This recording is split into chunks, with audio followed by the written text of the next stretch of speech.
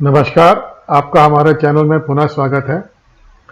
आज का जो सब्जेक्ट लिया गया है वो है मीटिंग्स। मीटिंग्स कई तरह की होती हैं। जो घर में आप इकट्ठे डिनर करते हैं वो भी एक मीटिंग होती है। उसमें बहुत सारी बातें होती हैं, पर डिनर के बाद लोग उठ जाते हैं और अपने अपने काम में लग जाते हैं और उस मीटिंग का जनरली कोई आउटकम नहीं होता और लोग भूल जाते हैं कल डिनर में क्या बात हुई थी। सिमिलरली अगर 4 दोस्त मिलकर चाय पी रहे हैं या किसी रेस्टोरेंट में खाना खा रहे हैं, घर में खाना खा रहे हैं, उस दौरान में बहुत ज़्यादा बातें होती हैं। आपके घर में गेस्ट आता है, उससे बहुत सारी बातें होती हैं, बहुत सारे एक्सपीरियंसेस शेयर होते हैं, पर उन सब मीटिंग्स का कोई आउटकम नहीं होता। और अक्सर ये कहा गया है कि मीटिंग्स जो हैं it's a waste of time, पर ऐसा नहीं है। मीटिंग्स में बहुत कुछ निकल के आता है और बहुत कुछ ऐसी चीज़ें निकल के आती हैं जो बिना मीटिंग किए शायद नहीं निकल के आती। इसलिए मीटिंग ज़रूरी हैं, पर मीटिंग्स जो हैं उनको स्पेशली हम बात करेंगे बोर्ड मीटिंग में या कैबिनेट मीटिंग की। मीटिंग जो है प्रॉपरली ऑर्गेनाइज होने चाहिए। डिसऑर्गेनाइज मीटिंग का कोई आउटकम नहीं निकल के आता है। मीटिंग जो है प्रॉपरली ऑर्गेनाइज होनी चाहिए।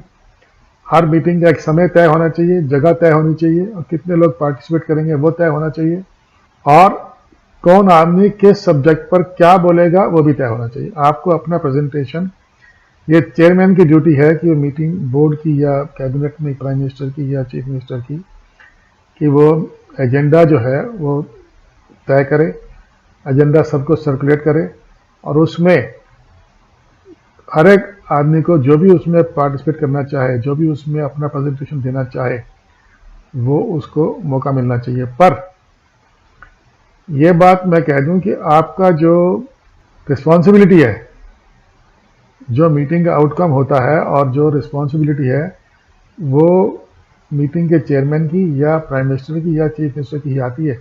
लोग थोड़े दिनों में भूल जाते हैं कि उस वक्त कौन मंत्री था। जब किसान बिल पे एजिटेशन हुआ और किसान बिल वापस लेने पड़े तो किसी ने भी कैबिनेट मिनिस्टर ऑफ एग्रीकल्चर पर कोई टिप्पणी नहीं करी। सारी टिप्पणी मोदी जी पे ही हुई। इसका मतलब क्या है कि रिस्पॉन्सिबिलिटी हमेशा हेड की होती है। जो चेयरमैन है या प्राइम मिनिस्टर या चीफ मिनिस्टर उसकी होती है हमेशा। लोग थोड़े दिनों भूल जाएंगे उस वक्त एग्रीकल्चर मिनिस्टर कौन था, और जब ये बिल वापस लेने पड़े तो भी मोदी जी टी पे आए और कोई नहीं आया। वो सब अपनी रिस्पॉन्सिबिलिटी भूल जाते हैं। अगर कल को कोई वॉर होती है और उसमें हम लड़ाई हार जाते हैं तो लोग भूल जाएंगे डिफेंस मिनिस्टर कौन था, हालांकि मेजर रोल वही प्ले करता है। लोग क्या करेंगे, लोग याद रखेंगे सिर्फ प्राइम मिनिस्टर को। अब जैसे अफगानिस्तान में अमेरिकन फोर्सेस विड्रॉ की गई और बहुत नुकसान हुआ और अफगानिस्तान जो है तालिबान के हाथ में चला गया, इतना बड़ा हादसा हो गया सारी दुनिया में, और रिस्पॉन्सिबिलिटी किसकी आ गई, जो बाइडेन की आ गई। अब आपको ये पता भी नहीं होगा कि यूएसए का इस वक्त जिस वक्त ये डिसीजन ले गया उस वक्त कौन था एक्सटर्नल अफेयर सेक्रेटरी, हम जानते भी नहीं उसको। पर ये हो सकता है कि प्रपोजल उसके वहाँ से गया हो और डिसीजन उसने ही लिया हो, या कोई इकोनॉमिक मिनिस्ट्री में से, इकोनॉमिक डिपार्टमेंट में से प्रपोजल गया हो कि बहुत खर्चा हो रहा है, हमें विड्रॉ करना चाहिए। ये सब क्रिटिसिज्म जो हुआ सारा किसका हुआ, जो बाइडेन को हुआ। अल्टीमेटली लोगों ने कह दिया कि जो बाइडेन जो है he is a weak president, क्योंकि वो वहाँ से हाथ जोड़ के निकला है। इसलिए ये you have to be very active in the board meetings, in the cabinet meetings, and if a proposal comes through which is not to your liking or which is against the policy or against the interest of the company or the country or the state, you must prevail upon the member and see that your line of action is implemented. Private company में जो board members होते हैं वो share holder के approval से या government of India के approval से या रिजर्व बैंक ऑफ इंडिया के अप्रूवल से अपॉइंट किए जाते हैं, बट अल्टीमेटली रिस्पॉन्सिबिलिटी चेयरमैन की रहती है। प्राइवेट कंपनी में किसी भी board member who is playing to and who is not toeing the line, उसको निकालना फिर भी आसान होता है, पर he can also go to court. पर सरकारी कंपनी में जितने भी बोर्ड मेंबर्स होते हैं अपने आप में हैवी वेट होते हैं। ये किसी न किसी पॉलिटिकल पार्टी से, किसी प्रेशर ग्रुप से, किसी न किसी तरह से कनेक्टेड होते हैं ये, तो उनको निकालना तो आसान नहीं होता। बट देन चेयरमैन जो है इतना बहादुर होना चाहिए, उसमें इतने गट्स होने चाहिए कि वो अगर कोई मेंबर प्रपोजल गलत दे रहा है या किसी काम को सैबोटेज कर रहा है या किसी काम को होने से रोक रहा है, he should be able to prevail upon that member and he should be able to see to it that the project or the proposal goes through. If it is not going through, then he should ensure that it should be minuted also कि इस member ने ये different opinion रखा और इनको कहा गया है कि आपका ओपिनियन हम मान लेते हैं till the next board meeting.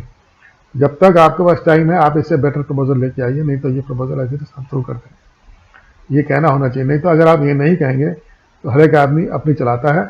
As a result बहुत सारी चीज़ें, मतलब बोर्ड जो है वो एक तरह से न्यूट्रलाइज सा हो जाता है। इसलिए ये जरूरी है कि chairman should be a strong headed person and he should be able to see that his line of action और whatever decision he wants to take in the interest of the organisation, in the interest of the country or in the interest of the state implemented or it is followed through. अगर कोई company डूब जाती है because some board member had sabotaged a decision, sabotaged a proposal which was ultimately beneficial to the company and because of that the company is not able to withstand other pressures and the company goes bankrupt or the company goes under, तो responsibility किसकी आती है? लोग ये नहीं पूछते कि किस बोर्ड मेंबर के कारण है, लोग ये पूछते हैं चेयरमैन कौन था, तो वो चेयरमैन दैट टाइम, लोग भूल जाते हैं। अब एयर इंडिया का और इंडियन एयरलाइंस का मर्जर हुआ तो ये प्रपोजल पता नहीं कहाँ से आया, कैसे हुआ, पर लोग भूल गए हैं कि ये नाम प्रफुल्ल पटेल का याद है लोगों को, बस मिनिस्टर होता, लोग भूल जाते हैं कि अंदर क्या हो रहा था। और ये जरूर, और ये होता ऐसे ही है, प्रपोजल कहीं और से आता है और रिस्पॉन्सिबिलिटी किसी और की आ जाती है। इसलिए as chairman of any meeting whatsoever, not only board, not only cabinet, not only state cabinet, you have to, अगर आप चेयरमैन हैं तो आपको चाहिए कि आप अपना डिसीजन प्रिवेल करें, otherwise you should not allow the other person to hijack the board meeting और द कंपनी और the organisation, association, whatever it is, club, whatever it is. अगर आप ये नहीं कर पाते हैं तो उस केस में things will go into disarray which is not good for any organisation. अब आप देखिए कि रतन टाटा को सारस मिस्त्री को निकालना पड़ा, कुछ तो रीजन रहा होगा। Ultimately he was a relative, distant relative of Tata, Ratan Tata, उसको निकालना पड़ा। क्यों? शायद वो he was not toeing the line of Ratan Tata और he was not toeing the line of Tata Sons limited. He was prevailing upon certain decisions which were not liked by other board members or the people who are advisor to Ratan Tata. As a result, he had to be turned out. But सरकारी company में, सरकारी organisation में, क्योंकि हर एक board member अपने आप में एक बहुत बड़ा हैवीवेट होता है, निकालना पॉसिबल नहीं होता है, बट देन काउंटर जरूर करना है और ये इंश्योर करना है कि जो बोर्ड मेंबर जिस प्रपोजल को अपोज कर रहा है उससे अच्छा प्रपोजल वो नेक्स्ट मीटिंग तक लेके आए, नहीं तो ये वाला प्रपोजल हम थ्रू कर देंगे। ये ज़रूरी है। इस वीडियो में इतना ही और जय हिंद।